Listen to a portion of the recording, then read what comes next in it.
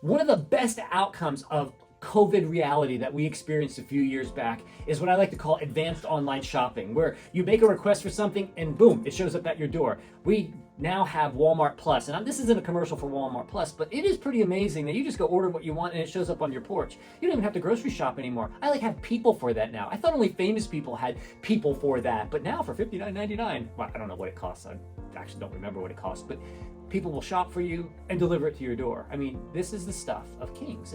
It's amazing. What a great time to be alive. And then it isn't limited to just something like Walmart Plus. Of course, you have Amazon, and then you have like Grubhub, where they'll bring you pre-cooked, ready-to-go food. I mean, it just comes right to your door. You open up your door and there's a meal ready to go. I mean, come on. And then, of course, you have DoorDash, and they'll just bring you anything you want. You make a request, you ask for it, boom, it shows up.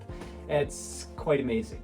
I like it. I like the fact that it's easier in many cases, it's faster, and if it's raining or it's snowing, I don't have to go outside. I really like that because I don't like to be cold. But online shopping is, in most cases, easier and faster. But I've also discovered that there's like a dark side to online shopping. And some of it is pretty serious stuff, like maybe identity theft or fraud, or well, things that are irritating, like broken eggs when they show up on your porch that you had somebody else do your grocery shopping, they bring it to you, and of course that's broken. But again, there's various levels of fraud, or even products that aren't represented accurately. You know, you look at the picture and you're like, hey, that's not what I ordered, and it shows up and you're like, I really don't like this anymore. And so things are misrepresented. I mean, that happens as well too. But in the overwhelming majority of cases, you get exactly what you ask for. Most of the time, it's spot on. And I like that. Most of the time. There are times that I bought things that you bought it, and then all of a sudden you get it home and you love it, and then you realize, you know what, I need more things to go with it because, you know, product A doesn't work so great with product B now, so now I got to go buy another one of those, and you got to buy more junk to go along with it. It's kind of like the American downward vortex of materialism, but it's the world in which we live in. You see, getting what you ask for in some ways is a little bit of like a principle of life, and in things that matter far more than what we just buy online. And let me show you what I mean by that. In Matthew chapter 7, verse 7, Jesus says something quite powerful. Ask and it will be given to you. Seek and you will find. Knock and the door will be open to you.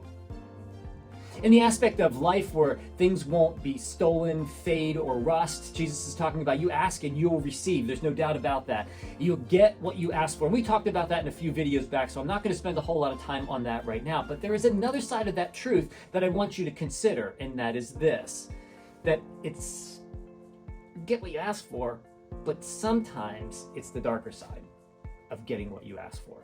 Let me show you what I mean by that. Jesus preaches the Sermon on the Mount, and then he goes into like this healing extravaganza. I mean, it's really quite amazing. He heals everybody. He heals the leper. He heals the paralyzed man from a distance. He heals Peter's mother-in-law. He spends an entire evening driving out evil spirits and healing people. And then the next day he gets on the Sea of Galilee and there's a terrible storm, and he calms the violent wind and the waves. And then he gets off the boat on the other side of the Sea of Galilee, and then it happens. And that's where we pick up our scripture here today, which is Matthew chapter 8, beginning at verse 28 through Matthew chapter 9, verse 1. When he arrived at the other side in the region of the Gadarenes, 2 demon-possessed men came from the tombs and met him. They were so violent that no one could pass that way. What do you want with us, Son of God? They shouted. Have you come here to torture us before the appointed time?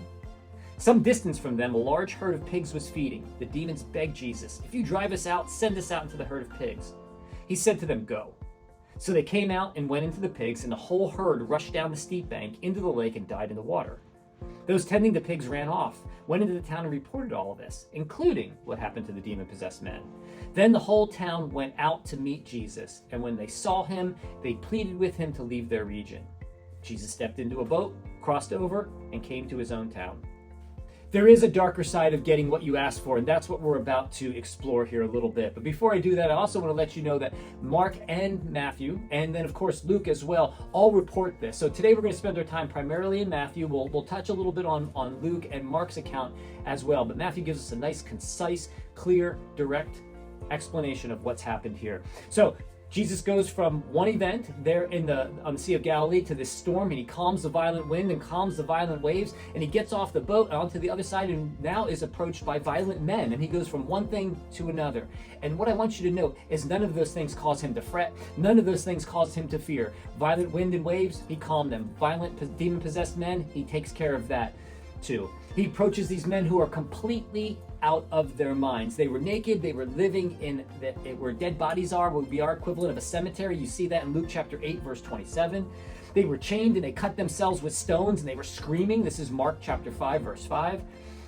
And when you start to put all that in perspective and you realize, what would you do if you came upon somebody that was like that? You got out of the boat or you get out of your car and you're approached by two guys that are naked, screaming, they're bleeding because of self-mutilation. They've got shackles hanging from their wrists because they've been chained and they're just completely out of their mind. What would you do? Well, one of two things. Call 911, get back in the car and take off. Those are probably the two things you're going to do. But that's not what Jesus does at all.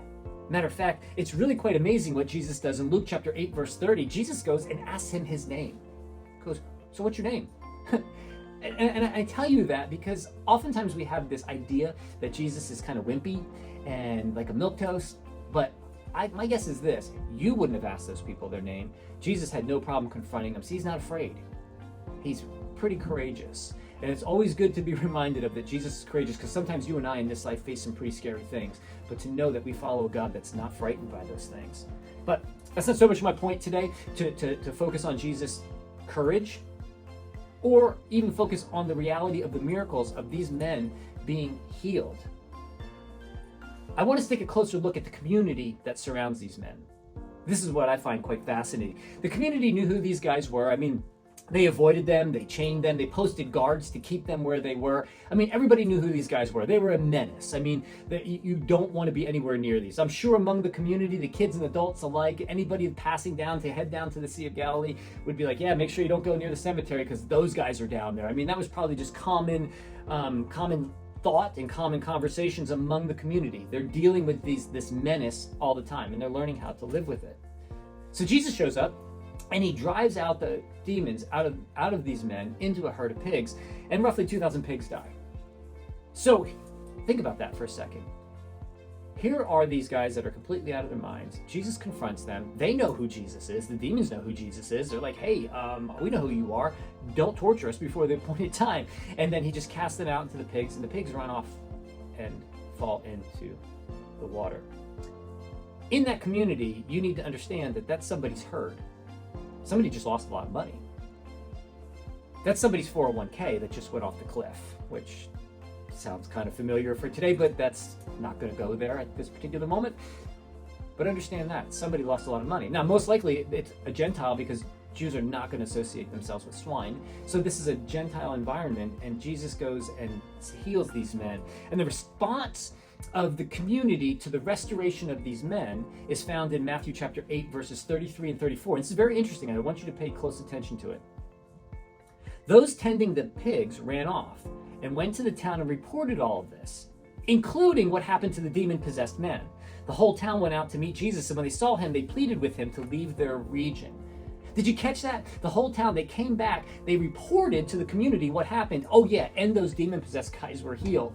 So their first emphasis and thing that was most important to them was the herd of pigs. That was the big deal. And then it was like, oh yeah, by the way, those guys that have been menacing and terrorizing our community, they're healed too. Their priority and what they were focused on was the loss of money, the breaking of their 401k, the loss of the person that hired them. That was the issue at hand. So the headline was, the herd of pigs died, men healed, come see the guy that did it. And they did.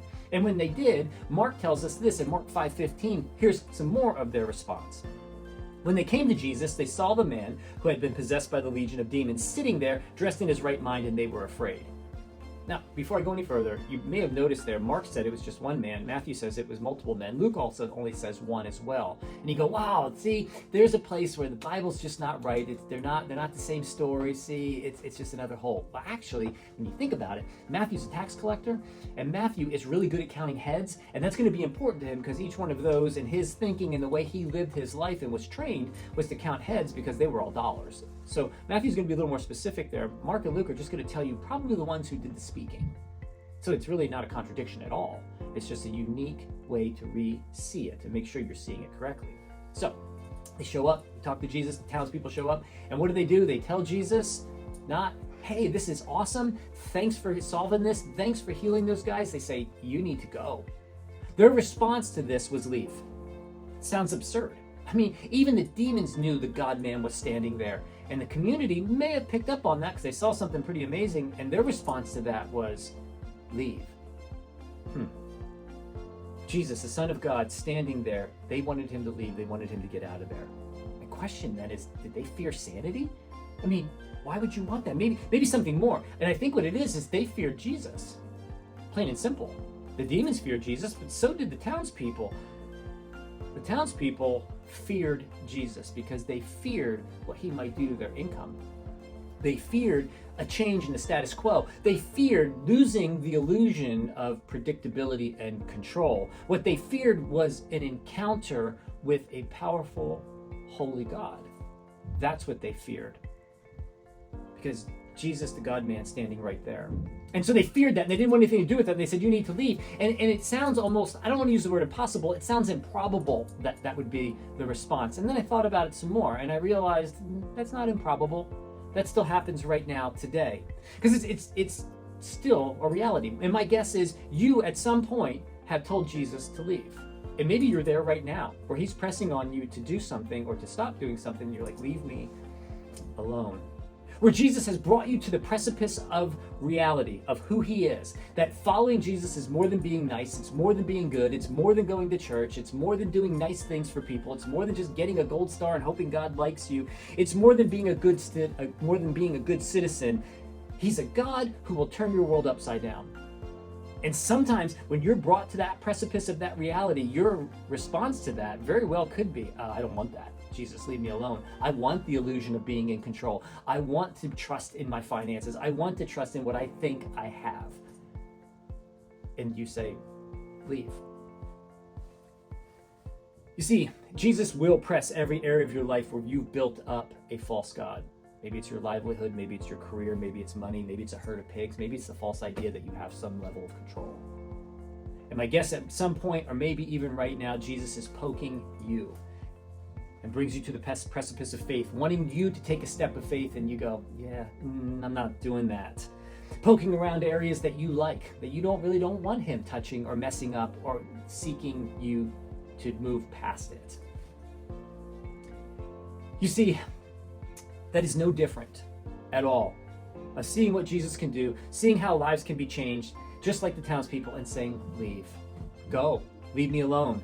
And here's where the truth bothers me the most. Not so much that I've done this too. God's poked on my life and said, you need to change here, you need to start doing this, you need to stop doing that. I'm like, I'm not doing that. And in other words, I did the same thing that townspeople did. I said, Jesus, leave me alone. And that's troubling. But you know what I think is like next level troubling? What really bothers me then isn't the community's response to Jesus, it's Jesus' response to the community. Matthew chapter 9, verse 1. Notice what he says. They're like, Jesus, leave. Jesus stepped into a boat, crossed over, and came to his own town. He left. They said leave, and he left. When you reject Jesus, when he's poking around your life and you're like, I'm not doing that, I'm not taking that step of faith, you say, leave, Jesus, and he does. He'll leave. And to me, this is the dark side of getting what you ask for, because you really don't want that.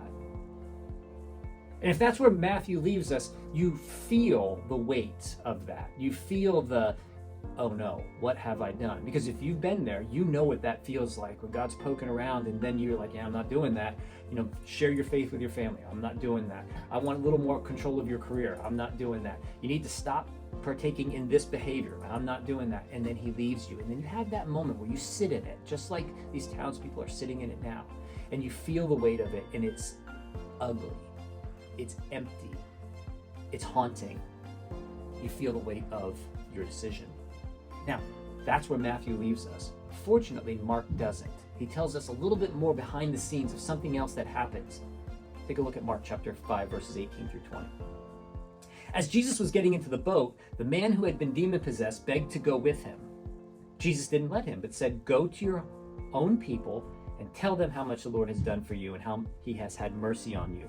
So the man went away and began to tell the Decapolis how much Jesus had done for him. And all the people were amazed.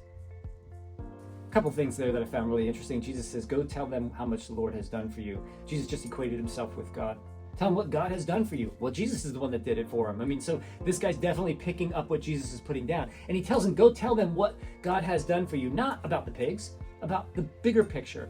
He's sending him to go and tell what God has done, not just the simple loss of temporary things. And he sends this man to the Decapolis. Now, the Decapolis is the Gentile area on that side of the Sea of Galilee, which would be the 10 cities in that area, just kind of give you the idea. So you realize what Jesus just did. He just created a missionary to the non-Jewish people. He sends him back to his town. And he goes and tells the people what God has done for them. And if you've been to a place where you have more fear than faith in Jesus, he's going to leave you alone. That's what we see in Matthew chapter 9, verse 1. Long enough for you to hope for a second chance. Long enough for you to go, God, give me one more crack at it. Just give me one more chance. In a funny sort of peculiar manner, Jesus sends the guy who used to be a menace back to tell them the good news of who God is, to give the people a second chance to discover the goodness of God. To step past trusting a perceived control of your life, to step past trusting the status quo, to step past trusting in the herd of pigs. So let me ask you this.